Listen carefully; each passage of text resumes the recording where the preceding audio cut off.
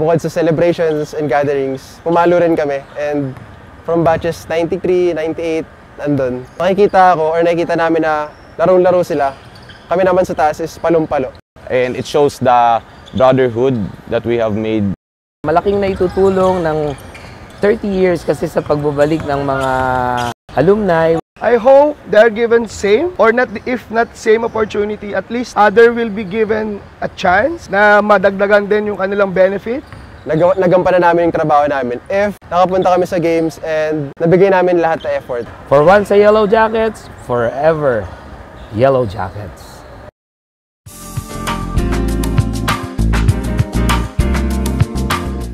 Over the years since the founding of the Yellow Jackets, kilala na talaga sila sa pagiging partners with Salingawi to form the official UST cheer dance compet team. And throughout the years, palagi po silang magkakasama, whether for its numerous UAAP cheer dance championships.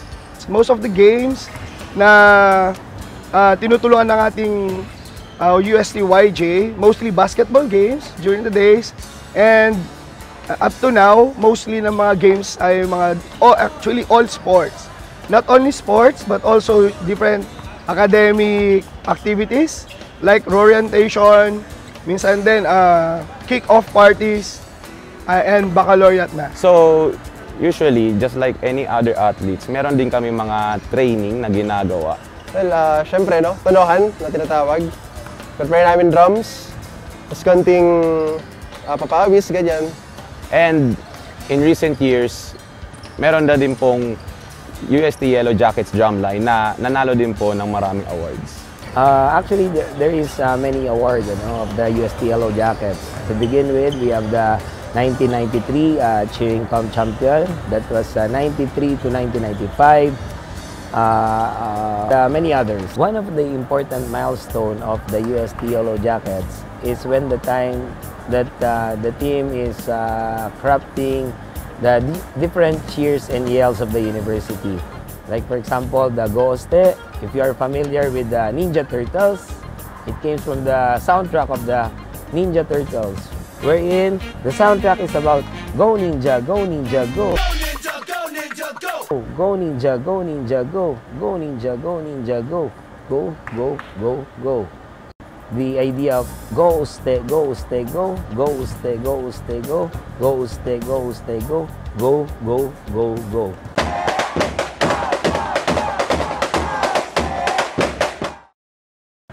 So, bale, ang motto namin is Suaviter in modo, Fortiter in re, which is gentle in manner, firm indeed. Bale, para siyang swabe lang kami kung gumalaw. Basically, in order to become a Yellow Jacket, ito yung principle or motto na sinusundan talaga in order to form that character required for a member to officially become an official PEP squad member of the UST. Basta pinapakita namin sa trabaho namin na kung paano lang kami kumilos or paano kami magtrabaho as PEP squad. Okay, the UST Yellow Jackets evolved from the past to the present by simply kasi during the past, the UST Yellow Jackets are very evident na makikita natin that somehow they are very dedicated when it comes to work. And secondly, makikita rin natin doon yung camaraderie and teamwork. So dumadating dito yung mga past presidents wherein tinutulungan nila yung mga present member. Para sa akin, yung pinaka words or phrase na naalala ko sa mga members of the past is yung mind over matter. Na talagang kahit sinong trainee, sinong member, sinong alumni, yun talaga yung pinanghawakan nila para makarating kami kung saan kami ngayon. Kung iisipin natin, mind over matter sa lahat ng bagay, parang ano siya, motivation para sa akin na kaya natin gawin lahat. Basta nandun yung grit natin. Ayun. Masaya ako at malaking karangalan na i-celebrate yung 30 years dahil 3 dekada nang lumipas ng countless members, countless trainees, and many advisors na talagang patuloy na sumusuporta sa Tomasian community. Masasabi kong na-serve namin, sinuserve namin at patuloy na isuserve namin yung Tomasian community dahil lagi namin binibigay lahat namin para sumigaw, cheer at i-uplift yung moral ng Tomasian community. Siguro yung part na andun yung grit pa rin ng mga bago members and mga, sabihin natin, seniors. Andun pa rin yung grit nila sa pagpalo or sa pagpapacheer. Kumbaga yung seriousness sa trabaho namin, andun pa rin. And hopefully magtuloy-tuloy throughout the years.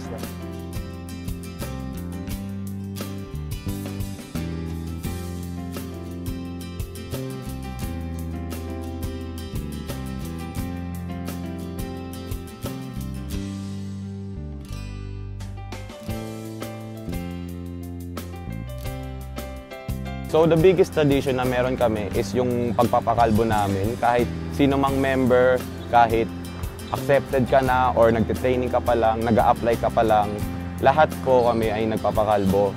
Yung naging aha moment ko nun is yung nagiging line-up na ako sa mga major games kagaya ng men's basketball and women's volleyball na usually talagang binibigay lang yun sa mga members or trainees na masasabing kaya na nilang gampanan yung trabaho, lalo na sa drums and sa pag-cheer.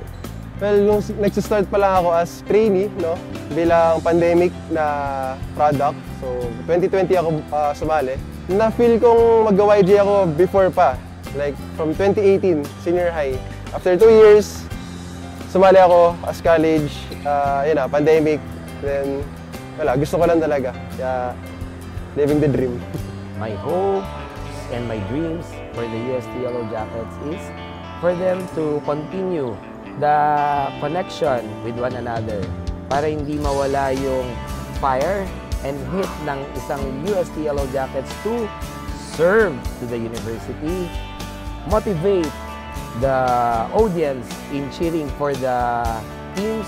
So bilang current member ng Yellow Jackets, ang pinakahinihintay ko na mga araw or events ay yung mga araw na nagcha-champion yung Tigers, Tigresses, or any other sports kasi malaking karangalan na i-serve ang mga athletes lalo't na sa pinakamataas na level. So, sana maging recognized and mabigyan ng pansin yung mundo ng Pep Squad na hindi lang kami pumapalo sa taas, hindi lang kami nag-iingay, pero kami yung 6th man sa lahat ng laro na manalo matalo, kahit saan laro pupunta kami.